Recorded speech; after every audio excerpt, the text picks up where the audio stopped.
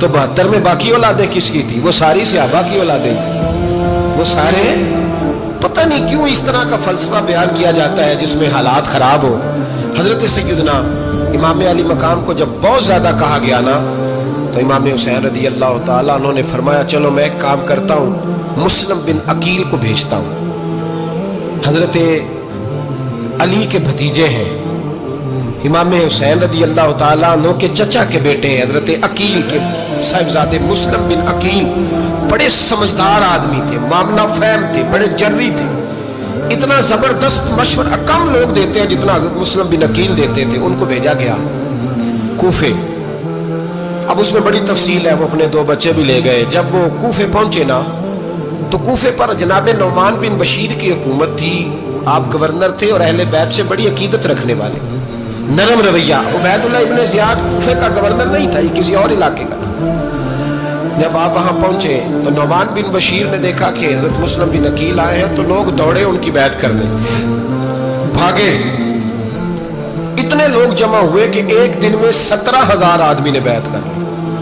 کتنے بندے جی؟ 17,000 آدمی ایک دن آیا. اب وہ جو امام مسلم بن عقیل کے وہاں نعرے لگانے والے تھے کہنے لگے حضور یہ پہلے دن کی کارکردگی ہے، 2-4 دن میں دیکھیے کیا ہوتا ہے. 2-4 دن میں کیا ہوا؟ 40,000 آدمی نے بیعت کر لی. اب وہ 40,000 بندہ تیار ہو گیا. ادھر سے جو یزید کے وفادار تھے انہوں نے خط لکھا یزید کو کہ تو نے بڑا نرم آدمی گورنر بنایا ہے اور 40,000 بندہ چلا گیا حسین کی طرف. اگر ایک دن مسلم بن عقیل اور رہے تو جو تمہارا گورنر بیٹھے ہیں نا جناب نعمان بن بشیر، ان کو گورنر ہاؤس سے نکال کے مسلم بن عقیل قبضہ کر لیں گے. تو چپ کر کے بیٹھا ہے. یزید بڑا تیز تھا، اس نے ایک آدمی گھوڑے پہ دوڑایا. عبید اللہ ابن زیاد ایک اور علاقے کا گورنر تھا پر بڑا ظالم سا بدماش تھا، بڑا سخت گیر آدمی تھا. اس کو کہا کہ تو پہلے ایک صوبے کا گورنر ہے، جا تجھے دوسرا صوبہ بھی دیا. اس طرح کار فوری طور پہ کوفے پہنچ اور جا کے مسلم بن عقیل کو گرفتار کر، جو آدمی ان کا ساتھ پھر بھی دے اسے قتل کر دے. اس نے کیا کیا؟ وہ آدھی رات کو آیا، منہ چھپایا، جبہ پہنا. لوگ سمجھے امام حسین آ گئے. بہت سارے لوگوں نے اس کے نعرے بھی لگائے. وہ چپکے سے داخل ہوا اندر اور چپکے سے داخل ہو کے اس نے سب سے پہلا کام یہ کیا کہ نعمان بن بشیر رضی اللہ عنہ کو معزول کیا، کوفے کے گورنر ہاؤس پہ قبضہ کیا. پھر اس نے اسی وقت سوئے ہوئے سرکردہ لوگ، جس طرح ایک گاؤں کا چودھری دوسرے کا محلے میں قبیلوں کے جو لوگ تھے چودھریوں کو بلایا، کچھ کو سزائیں دی، کچھ کو سخت کہا، کچھ کو ان کے عیب گنوائے کہ وہ تمہارا فلانا مسئلہ پھر خراب کر دوں گا. بلیک میل کیا. صبح ہونے تک حالات اگر تم نے میرے قابو میں نہ کیے تو یاد رکھنا بڑا مشکل ہوتا ہے حق پہ کھڑا ہونا. بڑی چیزیں لوگوں کو یاد آتی، اللہ جانتا ہے. پہلے کچھ ہوتا ہے، بعد میں معاملہ کچھ ہوتا ہے.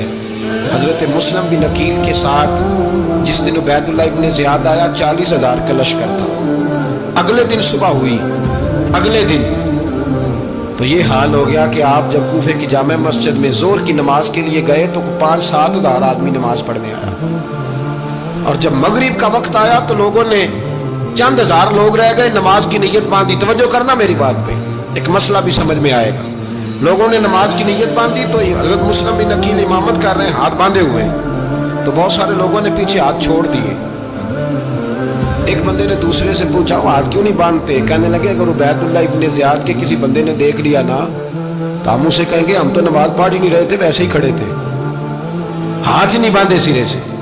جب نماز کی امامت باندھی تو 10-11 صفیں تھیں. جب مسلم بن عقیل رضی اللہ تعالیٰ عنہ نے سلام پھیرا تو پیچھے بندہ ہی کوئی نہیں. حضرت مسلم بن عقیل کو گرفتار کیا گیا. عرب کا رواج تھا دشمن کو سخت سزا دیں تاکہ باعث عبرت بنے. بہت اونچا مینار تھا کوفے کا گورنر ہاؤس کا، اوپر لے جا کے جناب مسلم بن عقیل کو زمین پہ گرایا گیا. اور جب وہ شہید ہو گئے تو شہید ہونے سے ایک رات پہلے وہ خط لکھ چکے تھے امام حسین کو کہ آپ آ جائیں، حالات بڑے اچھے. خط ملا تو امام حسین مکے سے کوفے کی جانب چل پڑے. امام علی مقام رضی اللہ تعالیٰ عنہ جب چل پڑے تشریف لا رہے تھے تو رستے میں فرزق شاعر ملا، بڑا محب اہل بیت تھا. رستے میں ملاقات ہوئی، اللہ اکبر. حضرت مسلم بن عقیل جب گرایا شہید ہو گئے تو پھر اس نے اس طرح کیا کہ آپ کی لاش کو لٹکا دیا چوک میں.